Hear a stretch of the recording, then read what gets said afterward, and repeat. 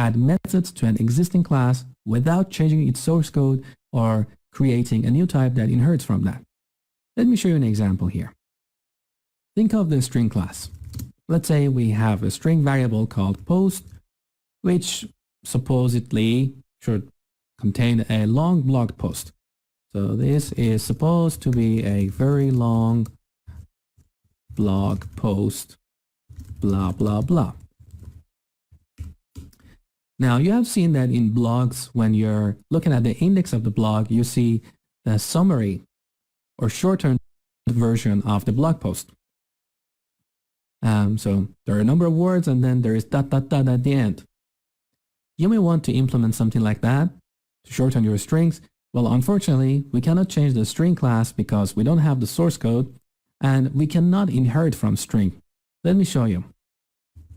So if I create a class here called public, say, public class rich string that derives from string, see, we get an error here.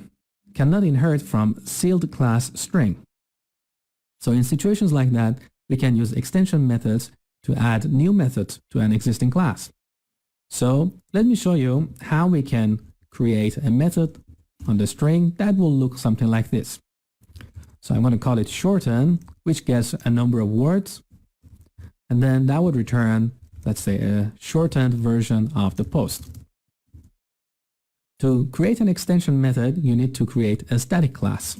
That's the convention that you need to follow. So we create a public class, public static class. A good naming convention is to start with the class you're extending, in this case string, and then add the postfix extensions. Now here you can write your extension methods, and you should start with public and static always. Now in this case we want our shortened method to return a string, and here is the name of the method. The first argument of this method should always be this and the type you're extending and give it a name. So that's a convention you need to follow. And in this case, we want our shortened method to take a parameter of type integer called number of words. So with that method, as you see, now that shortened method is absolutely fine. I didn't have to inherit from the string class or change the string class's source code. Now let's go ahead and complete this here. But before doing so, I'm going to put this class in a separate file. So with ReSharper, Alt and Enter, oops, not happy. I'm using a Mac keyboard here. Alt and Enter, move to a new file. So if the number of words is 0, we would return an empty string. Otherwise, we need to break up our string by the space character.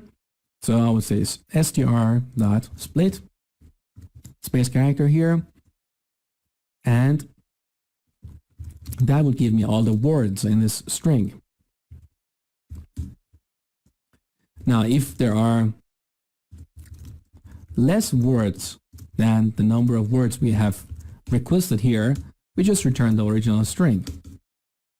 But if there are more words, we need to get only the first few words based on the number of words here. So what we can do is we use the take method. Look, take here is an extension method. So if you look at words, the type of that is a string array. A string array, which is an array, does not have a method called take. Later, Microsoft created an extension method called take that can be applied on any class that implements IEnumerable interface. In this case, the string array. So we use take method here, and I take this number of words, and I will join them with the space character and just return that. Now to make my code a little bit more robust, if the consumer of this method sends a negative value as the number of words, that doesn't make sense. So I'm gonna do some defensive programmer here. Say if number of words is less than 0, throw new invalid argument, throw new argument out of range exception. There you go. and we give it a message, number of words should be 0 or should be greater than or equal to 0. Maybe even 0 shouldn't be a valid choice. Anyway, so let's review. We created a static class. We named it based on the class we're extending and the postfix extensions. All of our extension methods will end up here. In this case, we have only one extension method. They have to be public static, and their first argument should be this, the class we are extending, and give it a name. Now let's get back to our program. Now, because we are using that method on an instance of a string, when we go to the extension method, this first argument represents that actual instance that we are applying this method on. So let's verify that our code is working. So console write line, shortened post. Let's run the application. There you go. We only got 5 words. This is supposed to be, and we could actually make this method a little bit nicer and say, to indicate that there are more words, ... goes here. Let's run the application. This is supposed to be, so this is a good way of shortening strings. Now, a few things we need to cover here is, look at this namespace here. Extension methods. This is the parent namespace for my application. So both this class and my program class are defined in extension methods namespace. But if I go and change this namespace here to something like extensions, what happens is if I go back to program, that method is not recognized. So that's a key thing you need to know about extension methods. They come to existence when the class that created them is in the scope. So in this case, I'm using ReSharper, and ReSharper automatically detected that that shortened method is defined in that class, string extensions, which is in the extensions namespace of extension methods namespace. So I can add that, we'll Alt and Enter. But the thing I don't like about this approach is if you are using a few extension methods here and there, you will end up getting a lot of namespaces like that on the top. So what I personally do is, because the string class is defined in the system namespace, and I'm extending that here, I would rather to use system here. This way, whenever I'm defining a string, I automatically have to import the system namespace, which gets that extension method as well. Another thing you need to know about extension methods is that even though you're applying them here on an instance of an object, they're essentially static methods. So as you can see here, there are static methods. But with this convention that we follow, we mark the class as static and the method as static, and this argument here, C# compiler allows us to use that method on an instance object. The difference is, if we use dot, note that, where is that? Dot shorten has a different icon from the normal methods, the normal instance methods defined in the string class. And that's the icon of the extension method.